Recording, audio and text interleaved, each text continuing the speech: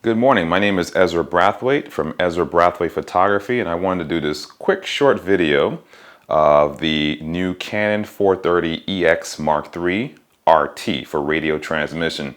I was looking on YouTube for some videos on this new flash that came out from Canon last July, and I really didn't see much content. So I said, you know what?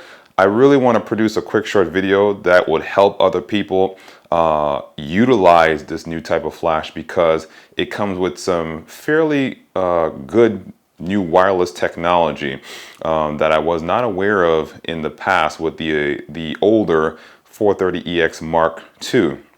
So with the new 430EX Mark III, this new version actually comes with radio transmission versus the optical transmission. The optical was pretty much a line of sight technology. This new radio transmission, you can pretty much control the flashes from anywhere up to 100 feet within a 360-degree range, so to speak. These new flashes also can be controlled as a master flash with other 430 Mark IIIs and also the 600, which I'm going to be getting fairly shortly. As you'll see in front of you, there are two 430EX Mark IIIs, and then there's also the STE3 transmitter. This is primarily a radio transmitter, which you'll see right here in the middle. All devices are currently on, and I just want to show you real quick on how you can use the 430EX Mark III to your advantage to sync your flashes wirelessly. So what I'm going to do, I'm actually going to, just to make it easy for us, I'm going to turn off the transmitter just momentarily, because that was already programmed as the master. And as you'll see here, you have the one of the 430EX Mark IIIs. So what you'll do is, right now I have both cameras in slave mode. That's why you see the orange tint in the LCD screen. You would simply press the select button.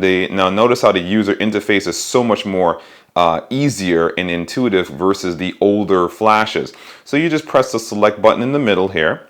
You'll see slave is selected, and mind you, you can now, it's like a directional pad. You can basically choose any option here, like, you know, your flash exposure, you know, what groups you want your flash to be in. You can change the channels, the frequency. You can test the flash.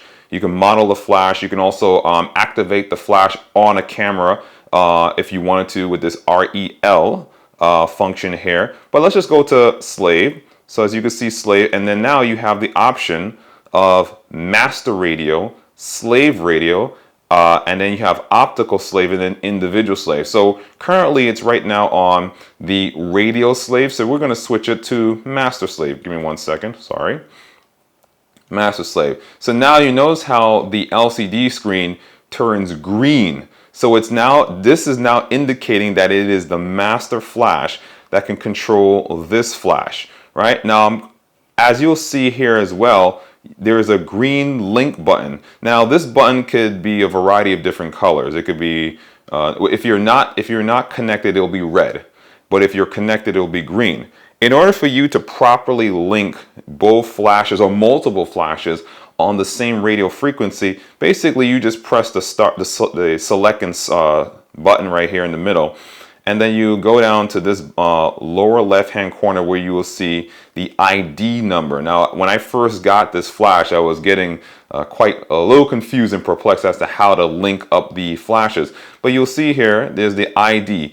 Basically, all the flashes that you'll be using in your groups have to be on the same ID. That is extremely important. If they're not on the same ID, it's not going to work pretty much, regardless of channels and so forth. So both of them are on channel 10 right now, and both of them are on an ID of 1000. I just made it real simple for you to understand. Now let's say if I change this ID from 1000 to say 1001, and I selected OK. Notice the green link button has now turned off. It's now on red, a red color. So both flashes are not linked to one another. But we're going to change that back again to just 1000. And as you'll see here, boom, right. Now you see both flashes are on green. So that means that both flashes are communicating with one another. And you also see here too, On the slave flash, there's a little flashing red light infrared sensor here. I'm not sure if that is the correct terminology, but basically what it's showing is that I am ready to be connected or communicated with other wireless flashes. I'll also show you really quickly. I'm going to turn this first flash here back to a slave real quick. Give me one moment. There's also a back button here which makes it very easy to navigate. But I'm going to turn this this flash back to a slave. So now we have two slave flashes in our midst here. And now I'm going to take the new STE3 transmitter. If you don't want to flash on your camera head, but you want to use this transmitter to control multiple flashes. Now, this radio transmitter is specifically for radio transmission, and it's also specifically can be used as a master. You cannot use this as a slave, clearly, because it doesn't make any sense. Doesn't really do anything but allows you to communicate with other wireless flashes. So as you can see here, it automatically turns to master, and you can see it's also green tint indicating it's the master radio transmitter. And it also has the green link, and now it links to the other flashes. So this is a very quick tutorial. There's so much more technology and so much more instruction on how to use these flashes wirelessly, but that's pretty much how you connect these new 430EX Mark IIIs with each other, and also with the STE3 transmitter. Now, in the past, before the 430EX Mark III came out last year, this transmitter was specifically designed only for the 600EX RT that came out a few years ago. So can you imagine, this transmitter was only able to, you can only use this radio transmission transmitter only with the 600 from years past, about a few years ago, maybe 2011 or whatever the case is. But now the technology has advanced so much that now you can actually use the new 430EX Mark IIIs to control wirelessly with one another, and you can also use them to be controlled with the new STE3 transmitter, not the STE2. That was an optical transmitter. So just be careful, do as much research as possible before investing in these flashes, because there's some technicality, regarding the wireless transmission functionalities and so forth. So once again, this is Ezra Brathwaite from Ezra Brathwaite Photography. You can check out my my homepage at www.ezrabrathwaitephotography.com, where you'll see portfolio, events.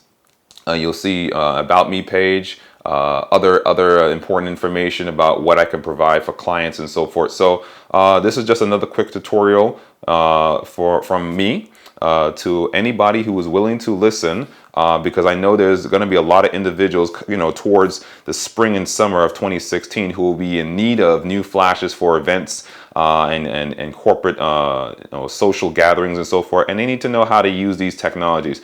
Again, this is Ezra Brathwaite from EzraBrathwaitePhotography.com, and thank you very much. Bye.